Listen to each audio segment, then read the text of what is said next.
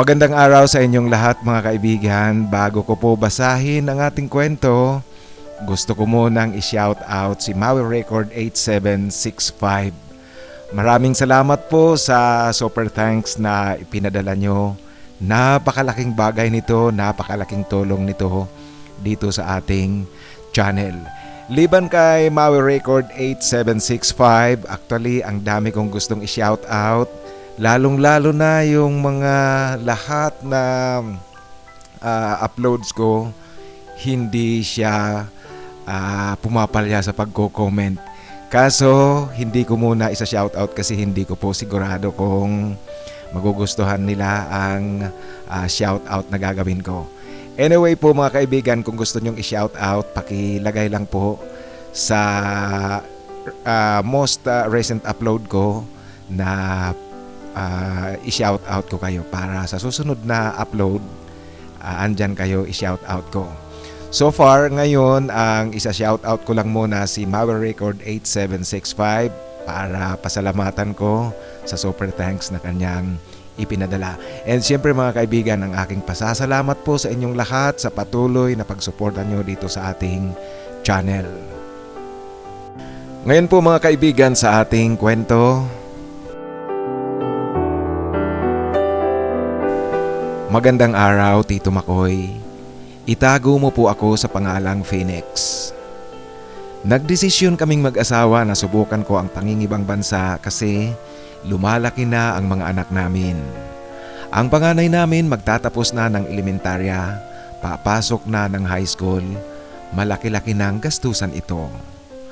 Kahit pa pareho kami may trabaho ng asawa ko, ngunit alam naman natin na kulang ang kinikita natin dito sa Pilipinas kung tutuusin. Maswerteng nakalipad ako papuntang Saudi Arabia. Maswerte rin na malaki ang kumpanyang aking napasukan. Maganda naman ang pasahod.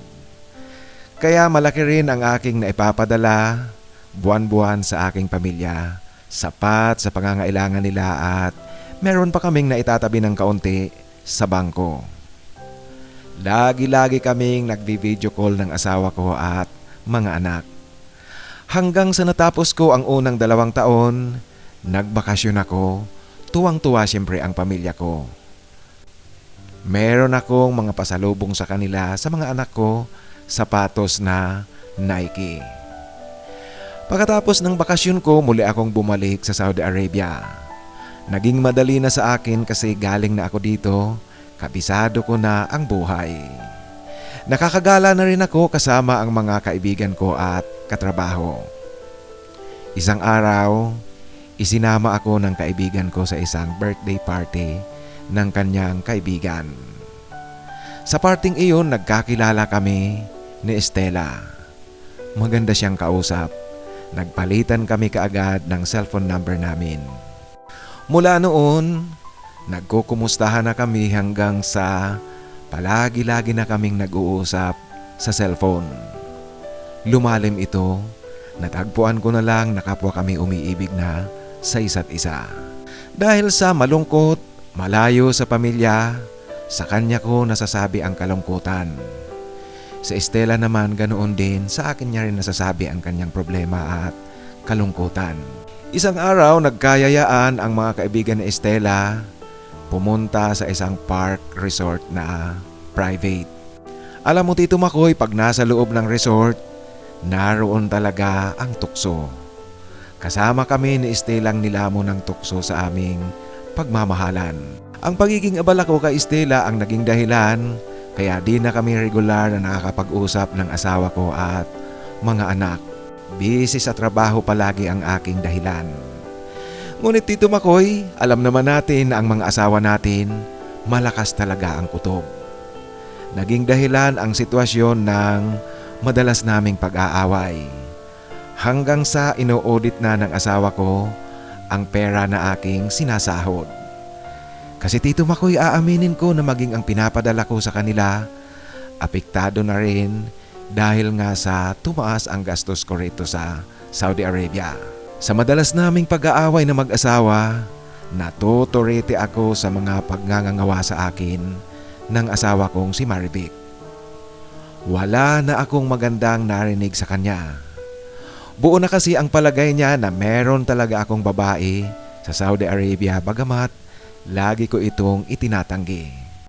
Sa madalas naming pag-aaway ng asawa ko, kay Estela ko na ihihinga ang mga problema ko. Mabuti na nga lang talaga Tito Makoy, lagi siyang nakahandang makinig at umalalay sa akin. Ito ang dahilan kung bakit tuluyan kaming nagkalapit sa isa't isa hanggang sa nagdesisyon akong umupa ng matitirhang flat, umalis na sa company villa. Sa lumalalim na relasyon namin ni Estela, may tumulong sa amin na isang kaibigan para magkaroon kami ng dokumentong magsasabing kasal kaming dalawa at legal na mag-asawa kahit na hindi naman totoo. Isang araw Tito Makoy, nag-chat sa akin ang asawa ko. Gaya ng inaasahan, usapang pangangaliwa pa rin ang pinag-aawayan namin. Ngunit nagulat ako kasi nagpadala sa akin ng litrato ang asawa ko. Litrato namin ni Estela, mga matatamis na lambingan namin sa iba't ibang lugar at iba't ibang okasyon. Yan kasing problema sa'yo, Maribik. Litrato lang, naniniwala ka kaagad. Ito Tito Makoy, ang galit na wika ko sa asawa ko. Huwag kang tumanggi dyan. Maliwanag na ang dahilan kung bakit halos ayaw mo nang makipag-usap sa amin ng mga anak mo. Busy kang palagi kasi may inaalagaan ka na. Hayop ka, taksil ka. Diyan pala nauubos ang sahod mo. Ito Tito Makoy ang galit na wika ng asawa ko. Alam niyo po, guilty ako. May ebidensya ang asawa ko ngunit hindi pa rin ako nagpatinag. Mainit ang away naming mag-asawa hanggang sa basta na lang nag-log off ang asawa ko na hindi nagpapaalam. Yung mga ganoong pag-aaway Tito Makoy ay siyang nagtulak talaga para lalo pang lumalim at lalong uminit ang aming pagsasama ni Estela. Ngunit sa pagsasama namin ni Estela Tito Makoy, hindi ko po alam kung bakit. Basta na lang hindi na kami nag-uusap ng asawa ko at hindi ko na rin nakakausap ang mga anak ko. Naghihintay ako sa messenger na manghingi ang asawa ko ng sustento para sa mga anak namin. Wala akong natatanggap. Sa medyo mahaba-haba ng panahon. Sa kabilang banda naman, masaya ako, walang away, at masaya kaming nagsasama ni Estela. Sa Estela nga pala Tito Makoy, hiwalay sa asawa at meron din itong mga anak sa Pilipinas na kanyang sinusuportahan. Sa nakalipas na panahon na wala kaming komunikasyon ng asawa ko at maging sa mga anak ko, di na rin ako nagkalakas ng loob na tumawag sa kanila. Hanggang sa dumating nga ang panahon na nagbakasyon ako dahil sa hidwaan naming mag-asawa na kabaliktaran naman sa tamis ng pagsasama namin ni Estela. Doon ako kina Estela tumuloy kasi magkasabay kaming nagbakasyon at magkasabay ring bumalik sa Saudi Arabia. Tito Makoy, ang napupuna ko lang sa aming pagsasama ni Estela, madalas may problema sa pera itong si Estela para sa pag-aaral ng kanyang mga anak. Siyempre naman magkasama kami sa Saudi Arabia, alangan namang pabayaan ko na lang siya, hindi ko man lang tulungan. Kaya palagi-lagi akong tumutulong kay Estela sa kanyang mga problema sa pera para sa kanyang mga anak. Subalit Tito Makoy, minsan naiisip ko rin ang mga anak ko, hindi ako nakakapagpadala para sa kanila. Samantalang sa mga anak ni Estela, madalas nakakapagbitiw ako ng pera buhat sa aking sinasahod. Hindi naman kasi kalakihan ang sahod ni Estela kasi isa lang na simpleng skilled work ang kanyang trabaho, hindi yung professional skill. Hindi ko na Tito Makoy sasabihin kung ano ang trabaho niya, basta hamak din lang ngunit marangal na trabaho. Kaya madalas kinakapos si Estela ng pera para sa pangangailangan ng kanyang mga anak. Alam mo Tito Makoy, sa haba ng panahon, binata na at dalaga ang mga anak ko. Kaya lang hindi nga naman nag-iingay sa akin ang asawa ko. Marahil kaya niya ang mga pangangailangan ng mga anak namin. Kaya hindi ito nag-iingay sa akin. Ako naman, dahil nga sa hindi tumatawag sa akin o nagpapadala ng message ang asawa ko, wala akong ginagawang hakbang. Ngunit bilang tanda ng hindi ko talaga sila tuluyang nakalimutan, lalong-lalo na ang mga anak ko, nang mag-birthday ang bawat isa sa kanila, naisip kong padalhan ko sila ng regalo. Yung panganay ko, pinadalhan ko ng sapatos na Nike bilang sorpresa sa kanyang birthday. Ganoon din ang dalawa ko pang anak.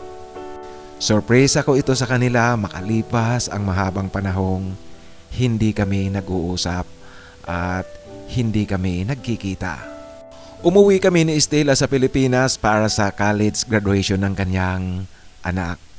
Tito Makoy, dito ko nakita na yung mga tinulong ko sa kanila, tila yata hindi man lang naisip. Kasi naramdaman kong malabnaw na malabnaw ang pakikitungo sa akin ng mga anak ni Estela. Maging si Estela, naghihintay rin akong magpasalamat man lang sa akin dahil sa nakapagtapos ang isa niyang anak. Marami akong naitulong, ngunit wala man lang itong sinabi sa akin, ni hindi man lang nakabanggit ng pagpapasalamat. Masakit ito sa akin, Tito Makoy. Yung pakiramdam na parang hindi man lang na-appreciate ang mga itinulong ko. Dahil dito, Tito Makoy, nahimasmasan ako ng husto. Saka ko naisip ang mga anak ko. Ano kaya sila? Nakapagtapos ba ang panganay namin? Nag-aaral pa ba ang mga anak ko? Iyan na ang mga tanong na pumapasok sa akin dahil sa hindi magandang naramdaman ko ipinakita ng mga anak ni Estela at maging si Estela mismo. Tito Makoy, sa pag-uwi kong iyon para sa college graduation ng anak ni Estela, gaya ng mga nakaraang pag-uwi ko, hindi ako nagparamdam sa pamilya ko. Bumalik kami ni Estela sa Saudi Arabia at sa aming pagbabalik, naging madalas na rin ang aming pag-aaway. Kasi Tito Makoy, kahit papaano nasaktan ako sa aking nakita yung pagtrato sa akin ng kanyang mga anak na parang hindi man lang na-appreciate ang naitulong ko sa kanila. Alam niyo po, sa kaiisip ko sa aking buhay, lagi akong stress. Hanggang sa isang araw na lang, Tito Makoy, nag-collapse ako habang nasa trabaho. Nadala ako sa ospital at ayon sa mga manggagamot, high blood ako tapos meron nang namuong komplikasyon sa puso. Marahil Tito Makoy, kahit papaano may dinadala kasi akong pagkagilty sa pagtalikod ko sa aking pamilya.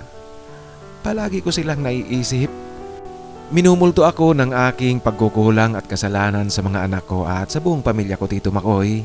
Kaya ganoon na lang, palaging stress ako.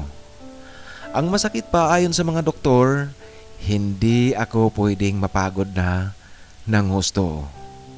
Dahil dito, ang kumpanya namin ay nagdesisyon ng ipa-final exit ako dahil nga delikado raw sa akin ang magtrabaho. Alam niyo po, Tito Makoy, para akong pinagsakluban ng langit at madilim na mga ulap. Lalo pang nanlumo ako nang diretsahang sabihin sa akin ni Estela na umuwi na raw ako sa aking pamilya kasi walang mag-aasikaso sa akin. Hindi pa siya pwedeng mag-final exit kasi meron pa siyang mga anak na nag-aaral. Alam niyo po, ang salitang iyon sa akin ni Estela, ibig sabihin lang, kanya-kanya na kami ngayon. Wala na rin akong maitutulong sa kanya kasi nga magpa-final exit na ako. Alam mo, Tito Makoy, maghapon kong inayakan ang bagay na ito. Kasi pakiramdam ko, Tito Makoy, parang nagamit lang ako.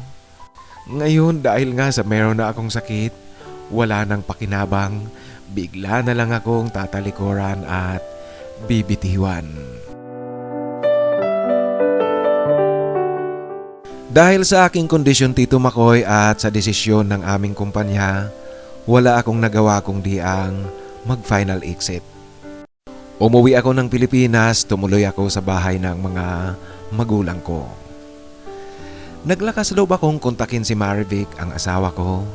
Nagkita kami sa isang restaurant para mag-usap. Humingi ako ng tawad sa kanya. Ganoon na lang ba yun? Bigla mo kaming tatalikuran tapos ngayon gusto mo patawarin kita. Okay, Phoenix. Ibibigay ko yan sa'yo kung kaya kang patawarin ng mga anak natin. Pag lahat sila pinatawad ka, ganoon na rin ako. Ngunit hindi na tayo babalik sa dati. Pwede kang tumuloy sa bahay kung sakasakaling patawarin ka ng mga anak natin, ngunit tandaan mo, hindi na tayo mag-asawa.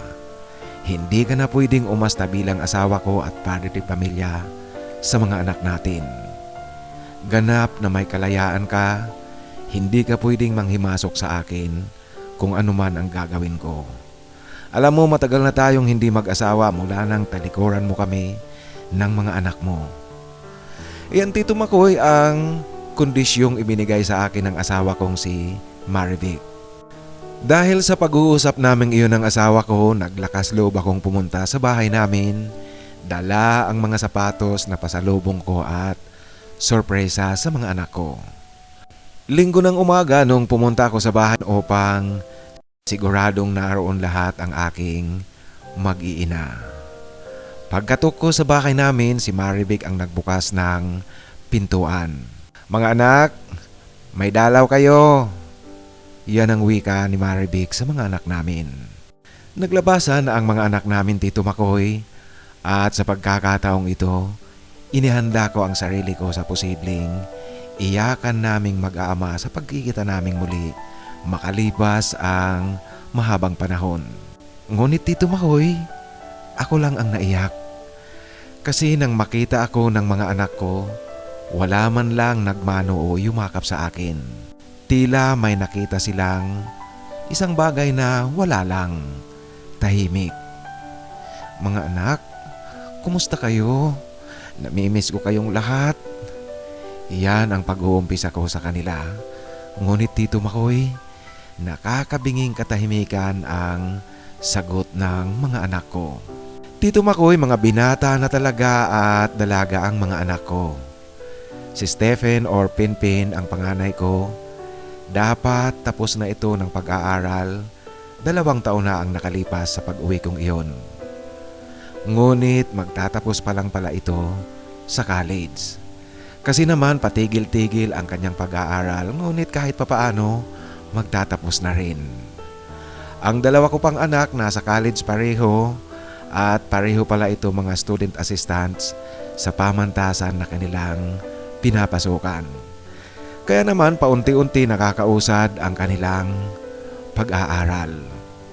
Mga anak, patawarin niyo ko. Malaki ang pagkukulang at kasalanan ko sa inyo, anak.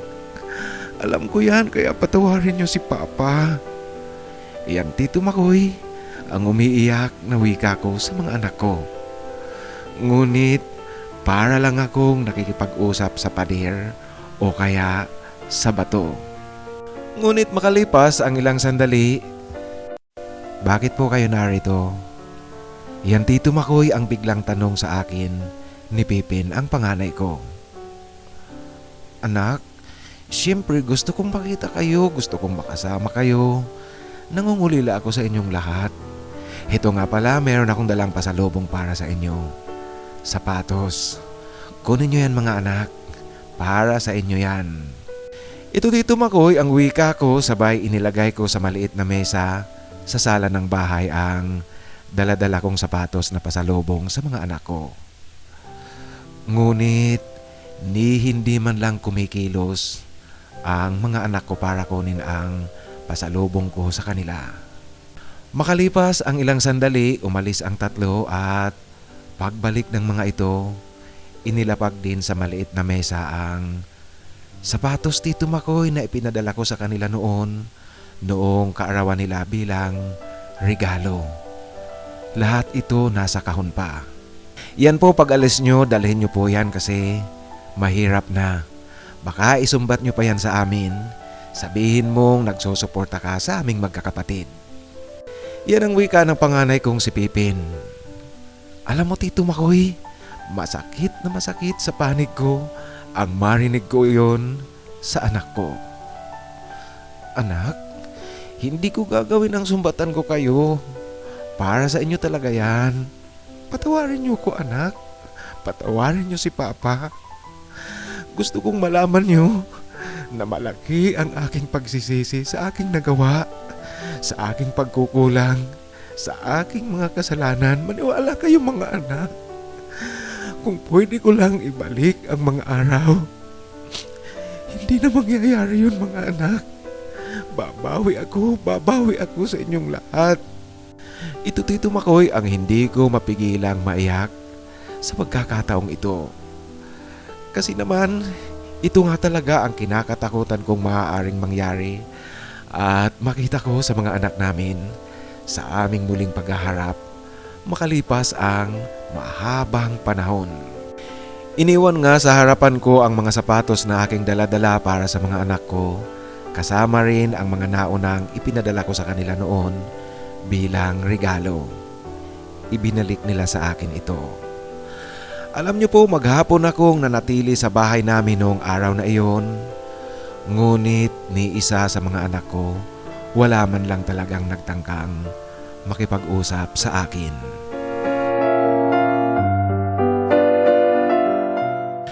Dumating ang araw ng graduation ng panganay naming si Pipin.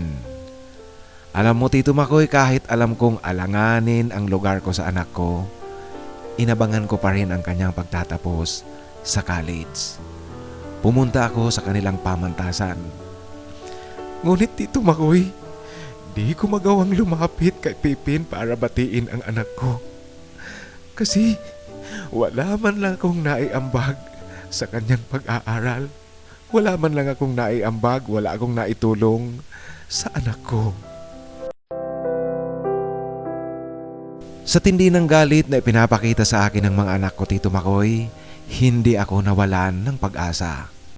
Makalipas ang ilang araw, muli akong bumalik sa bahay namin para subukang kausapin ang mga anak ko, bahagi ng aking patuloy na paghingi sa kanila ng kapatawaran.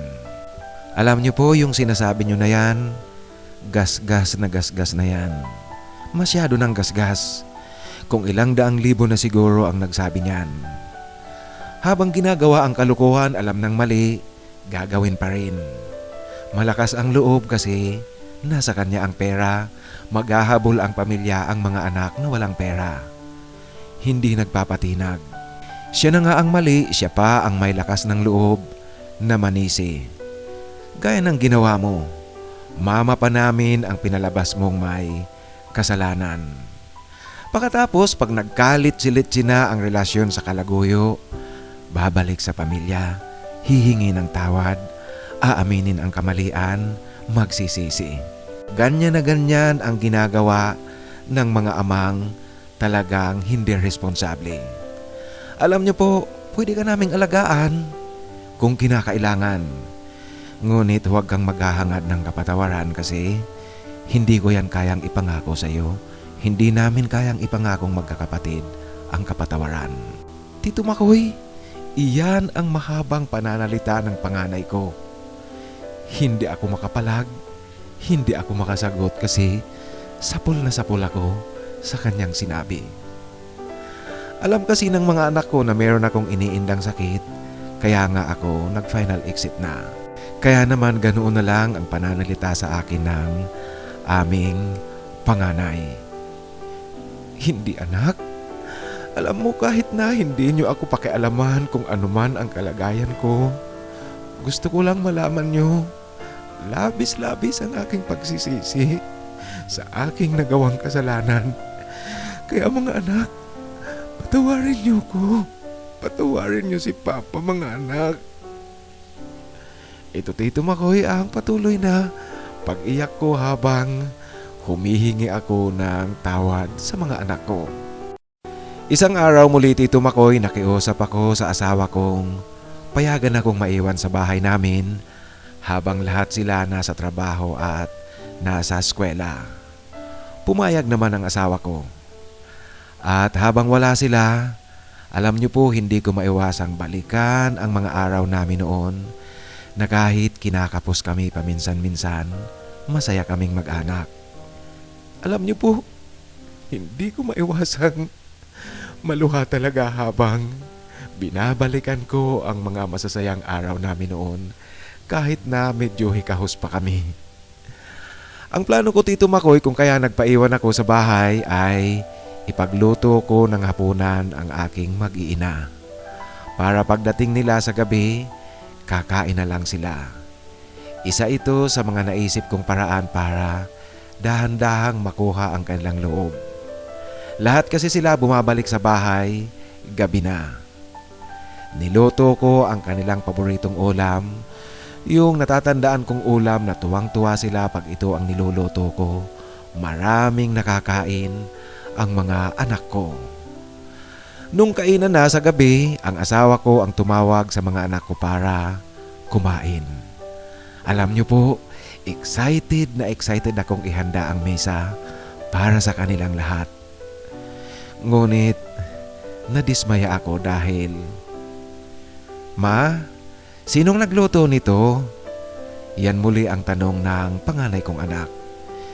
Ano pa pinagluto kayo ng ama nyo? Yan ang sagot ng asawa ko sa tanong ni Pipin.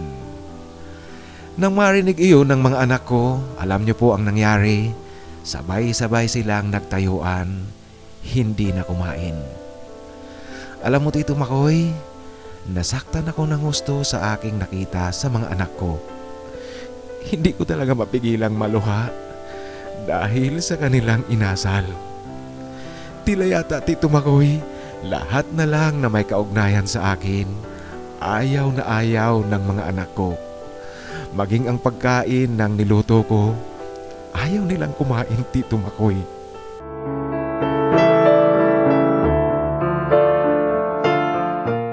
Sa bahay din ako nagpalipas ng gabi. Nasa may sala ako, nanonood muna ng TV bago matulog. Alam niyo po, naghihintay ako na merong lumabas sa mga anak ko para makausap ko man lang. Subalit lahat sila nagkulong na sa kanilang silid, buong magdamag.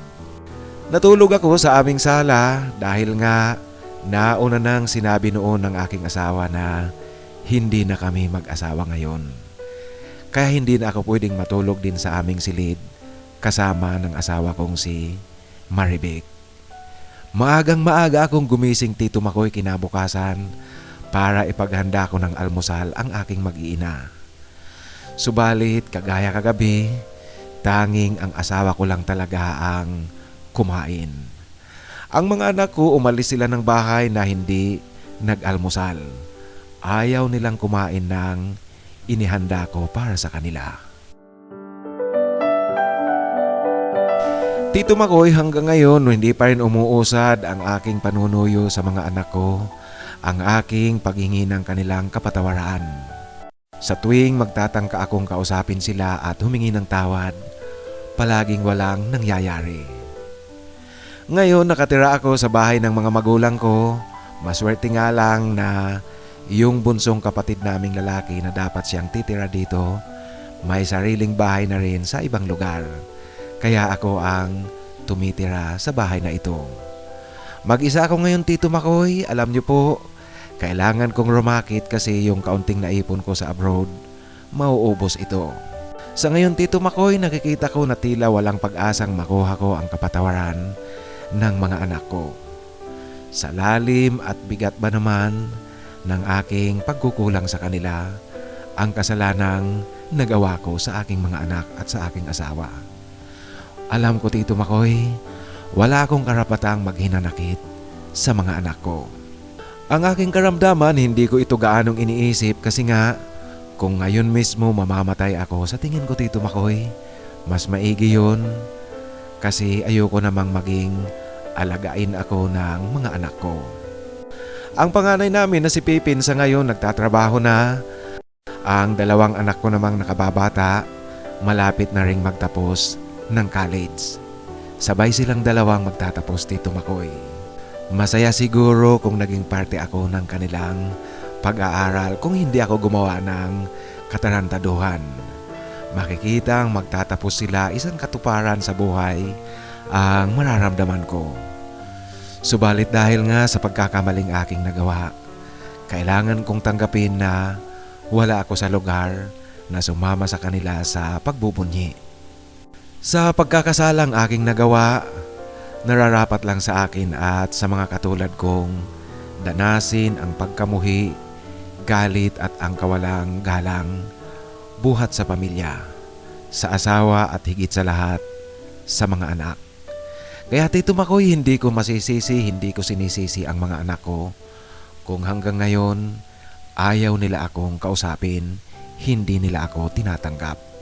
Tanggap ko lahat, Tito Makoy, kung anuman ang pwede kong anihin sa masamang buto na aking ipinunla sa isip at pakiramdam ng mga anak ko at sa asawa ko.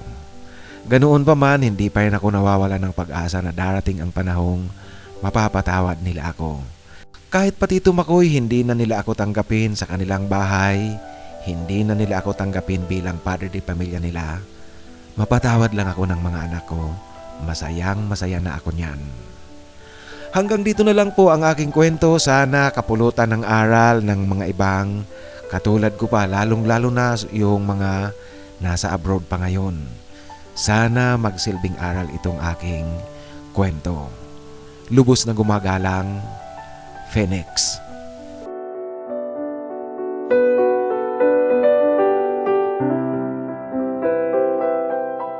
Maraming salamat, Phoenix, sa pagbabahagi mo ng iyong kwento. Alam mo ang reaction ko dito sa kwento mo at sa kalagayan mo ngayon, bagay lang yan sa'yo. Sa mga irresponsableng ama, irresponsableng padre di pamilya, yung mga ganyang kinahantungan ng kagaya mo, nararapat lang yan. Alam mo, kung ako ang naging anak mo, ganyan din ang gagawin ko, hindi kita tatanggapin. Kasi sino ka? Pakalipas ng mahabang panahong tinalikuran mo kami, ngayong meron ka ng sakit, babalik ka, ano ka, magpapaalaga, gagawin mo kaming caregiver. Doon ka sa kabit mo, doon ka sa tao kung saan ginugol mo ang panahon at saka yung kinikita mo, yung inasikaso mo, doon ka rin magpaasikaso. Kaya pasensya na ang description ko sa iyo, napaka-irresponsable mo kasing ama. Yung dinaranas mo ngayon, tama lang yan sa mga taong katulad mo. Ganoon pa man, pagaling ka para kahit papaano magkaroon ka ng yung pagkakataon, yung posibilidad na mapatawad ka pa rin ng iyong mga anak, makamtan mo. Kaya lang ako nga sinasabi ko, kung ako yung anak mo, hindi rin kita patatawarin. Total, tinalikuran mo kami, pinagpalit mo kami sa iba. Sa muli, maraming salamat. Mga kaibigan, kung meron po kayong kwentong nais na ibahagi, ipadala lang sa aking email, titomarcos@yahoo.com at titomarcos@gmail.com. Maraming salamat po.